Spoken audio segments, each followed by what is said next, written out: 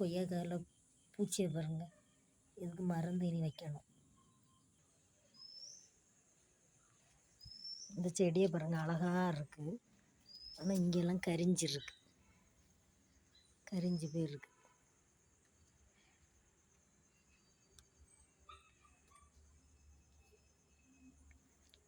இதுக்கு என்ன காரணம்னு நான் சொல்கிறேன். அந்த செடி அப்படி கரிஞ்சிருக்கிறதுக்கு காரணம் அவங்க ப்ளீச்சிங் பவுடர் போட்டு பக்கத்தில் உள்ள கல்லை தேய்ச்சி கழுவி விட்ருக்காங்க.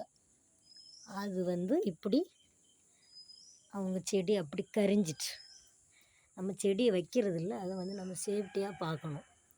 நீங்களும் இதேமாரி அளவுக்கு அதிகமாக ப்ளீச்சிங் பவுடர் போட்டு பக்கத்தில் செடிக்கு பக்கத்தில் போட்டு யூஸ் பண்ணாதீங்க.